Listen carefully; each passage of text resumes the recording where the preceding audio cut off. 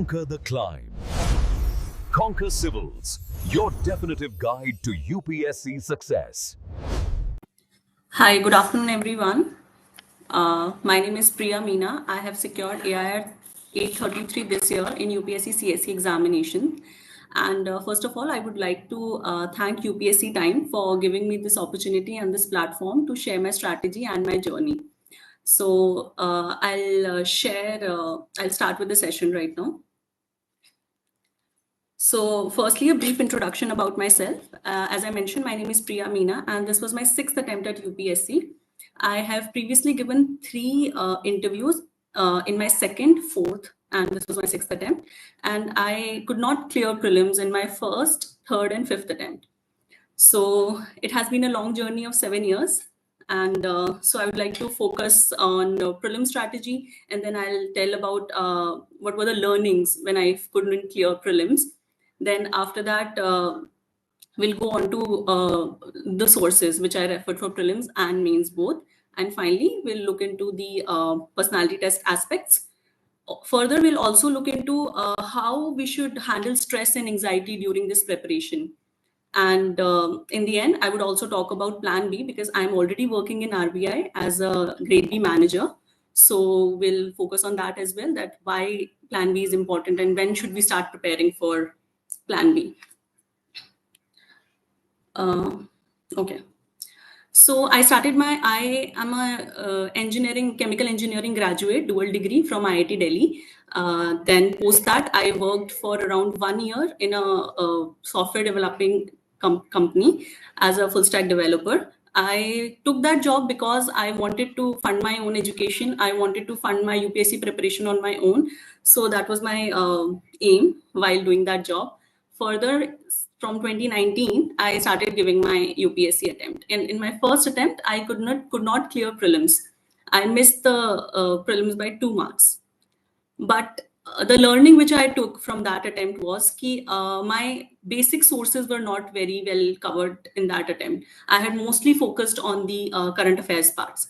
Secondly, my mains preparation was also not very great at that time, and that I got to know in my 2020 attempt when I could clear prelims, but was short of a lot many marks in my mains, GS and sociology. Then in 2020, that was my second attempt. Usme I could clear the prelims and I reached till the interview stage. However, I missed the final list by 11 marks.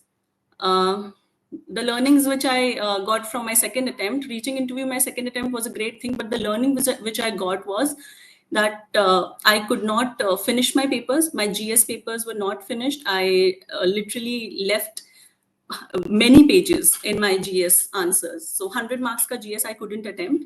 And sociology also, I had done just the surface level ka preparation. So that was a learning that my preparation was not very great.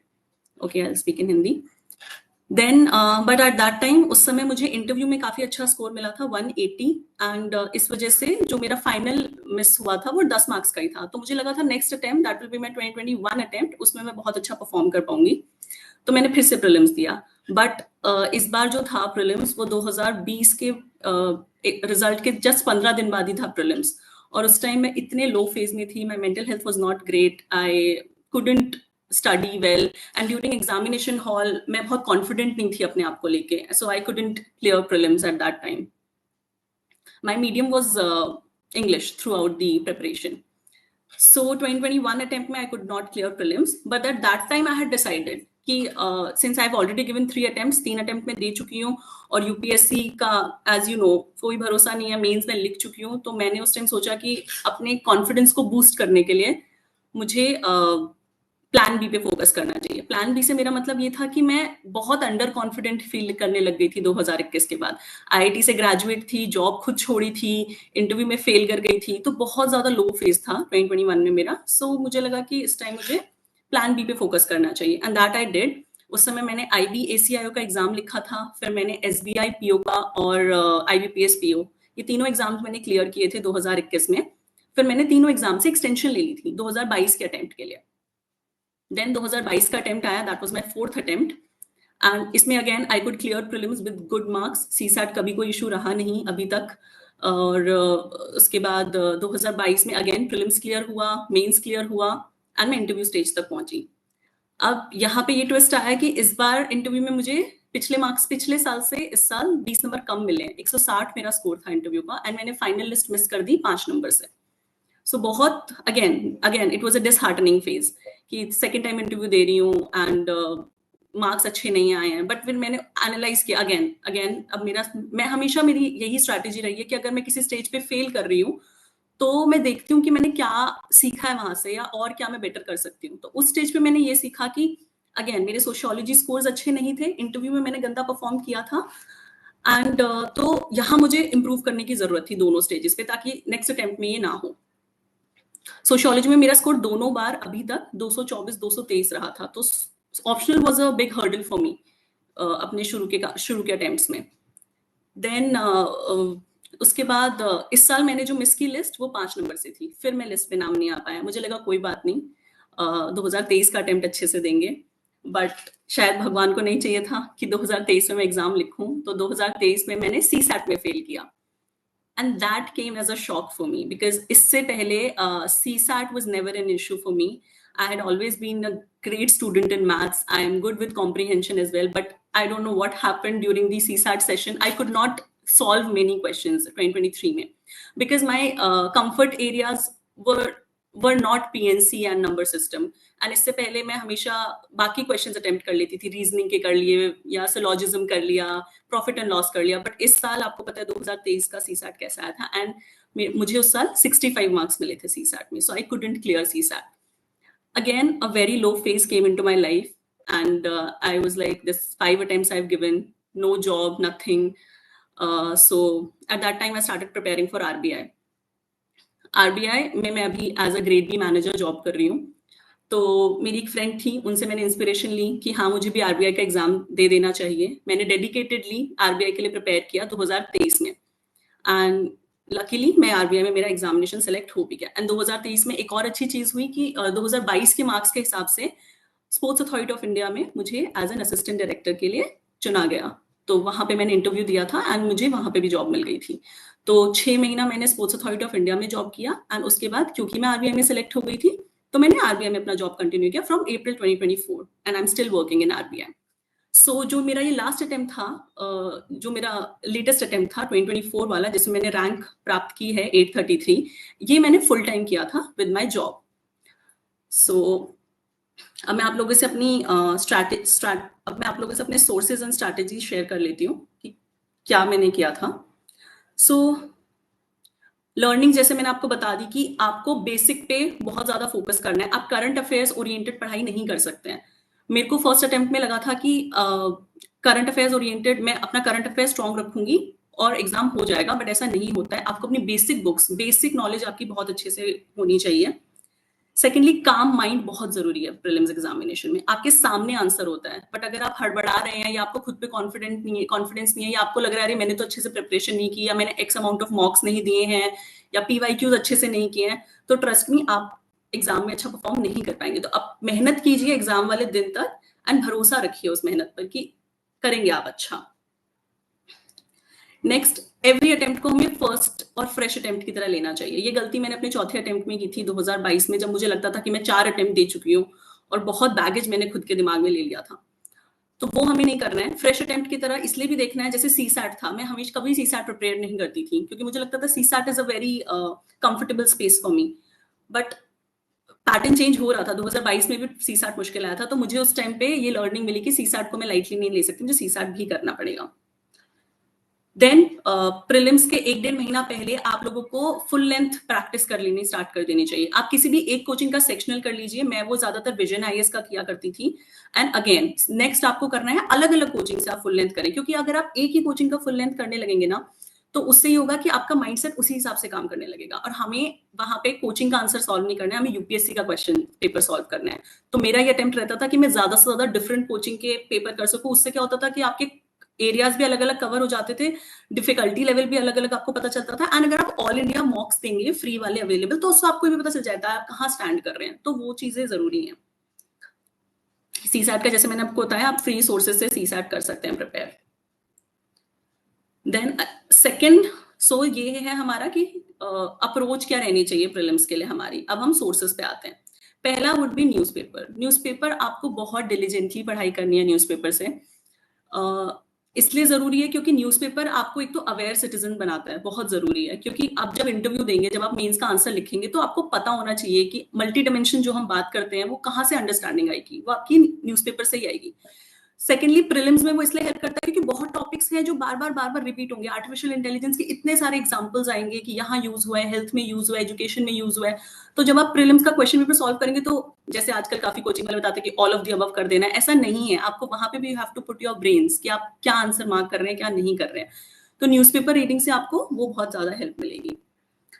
तो newspaper बहुत ज़रूरी है, एस्से के लिए बहुत ज़रूरी है, GS में मल्टी डायमेंशन आंसर लिखने के लिए बहुत ज़रूरी है, इंटरव्यू के लिए बहुत ज़रूरी है। एक होलिस्टिक पर्सनैलिटी एंड होलिस्टिक आपकी अंडरस्टैंडिंग डेवलप करने के लिए न्यूज़पेपर बहुत ज़रूरी है। नेक्स्ट आपको अब सोर्सेज पे आते हैं हम, प्रीलिम्स के सोर्सेज पे। पहले हाँ, अगेन एक और चीज़ मैं ऐड करना चाहूँगी कि प्रीलिम्स मेंस की बहुत अलग पढ़ाई नहीं होती है। सब्जेक्ट आपको वही पढ़ना है, अंडरस्टैंडिंग आपको वैसे ही डेवलप करनी है, बट प्रीलिम्स में आपको सामने आपके आंसर है, तो आपको एनालाइज करना है कि मोस्ट सूटेड आंसर क्या है। मेंस में हो सकता है वही जो 4 पॉइंट्स आपको दे रखे हैं, वो चारों के चारों आप मेंस में लिखोगे, बट प्रीलिम्स में एक आंसर सही होता है। तो वो अप्रोच थोड़ी सी डिफरेंट होती है। आपको यूपीएससी की लैंग्वेज समझने की जरूरत है इस चीज के अंदर कि यूपीएससी किस तरह से सवाल पूछता है, और मोस्ट सूटेड आंसर की तरफ हमें जाना चाहिए, एंड वो प्रैक्टिस से ही आएगा आपका। सो सोर्सेज पे जाते हैं। सबसे पहला मुझे ऐसा लगता है कि आपको पीवाईक्यूज बहुत अच्छे से करने हैं, एंड पीवाईक्यूज करने के लिए मैंने एक बुक रेफर की थी, UPSC simplified by Saurabh Kumar. वो आई थिंक फॉरेस्ट ऑफिसर हैं, उन्होंने एक किताब लिखी है जिसमें उन्होंने पिछले 10-15 साल के पीवाईक्यू सॉल्व किए हुए हैं, एंड वो जो पीवाईक्यूज उन्होंने सॉल्व किए हुए हैं वो है based on year plus subject plus topic. तो बहुत ही ग्रेन्ड तरीके से उन्होंने अपनी बुक लिखी है, बहुत ही ग्रेन तरीके से उन्होंने बुक लिखी है। तो आप जब वो उठाएंगे टॉपिक, कि जैसे आपने मिडीवल हिस्ट्री उठा लिया या आपने ज्योग्राफी उठा लिया, तो उसमें साइक्लोन के क्वेश्चंस अलग होंगे, सुनामी के क्वेश्चंस अलग होंगे, वॉल्केनोज के क्वेश्चंस अलग होंगे। तो आपको समझ आएगा कि हाँ, ये टॉपिक इंपॉर्टेंट है, ये नहीं है, एंड किस तरह से यूपीएससी सवाल पूछता है। एंड वो बुक जब आप करेंगे 9 बार, तो आपको रियलाइज होगा कितने थीम्स जो हैं वो यूपीएससी रिपीट करता है, टॉपिक नहीं, थीम्स। तो वो आपको उस बुक से समझ आएगा। वो बुक मेरे लिए, तो मुझे लगता है बहुत ही ऐसे रामबाण की तरह काम किया उस किताब ने मेरे लिए प्रीलिम्स में। तो वो किताब पीवाईक्यू के लिए बहुत अच्छी है। अब हम सोर्सेज पे आते हैं। पहला वुड बी हिस्ट्री। हिस्ट्री के लिए मैंने तमिलनाडु की जो स्टेट की बुक्स हैं वो रेफर की थी, for ancient medieval and art and culture also. उससे आर्ट एंड कल्चर सॉल्व हो जाता है। इस साल का भी अगर आप पेपर देखेंगे तो वो सारे क्वेश्चंस आपके ऑलमोस्ट उन तमिलनाडु की किताबों से सॉल्व हो रहे हैं। फॉर मॉडर्न हिस्ट्री मैंने स्पेक्ट्रम रेफर की थी, हमेशा से स्पेक्ट्रम पढ़ी है, बिपिन चंद्रा मैंने नहीं पढ़ी है। स्पेक्ट्रम पे ही मैंने फोकस रखा है और मैं वही रिवाइज करती थी हमेशा। एंड हिस्ट्री मेरा बहुत स्ट्रांग नहीं है, तो आई यूज्ड टू ट्राई कि मैं तमिलनाडु बुक में एटलीस्ट जितना है उतना एंशिएंट मिडीवल कर लूं, एंड स्पेक्ट्रम में I used to do very diligently for modern. And art and culture की जो 11th क्लास की एनसीईआरटी है वो भी मैंने सरफेस लेवल पे अपने शुरू के अटेम्प्ट्स में देखी थी। मैं ये नहीं कहूंगी मैंने लास्ट अटेम्प्ट में देखा है, बट मैंने शुरू के अटेम्प्ट्स में वो देखी थी किताब। Next would B geography. Geography के लिए राजतनिल मैम के नोट्स वीडियो अवेलेबल है मृणाल पटेल सर के यूट्यूब चैनल पे। तो मैंने अपने फर्स्ट अटेम्प्ट में वो मैम के वीडियोस देखे थे और उनसे नोट्स बना लिए थे। तो मैं क्या करती थी, वो नोट्स हर साल में रिवाइज करती थी, साथ में 11th एंड 12th क्लास की एनसीईआरटी ऑफ ज्योग्राफी। वो मेरा बस ज्योग्राफी का सोर्स रहता था, उसके अलावा मैंने ज्योग्राफी के लिए कुछ नहीं किया।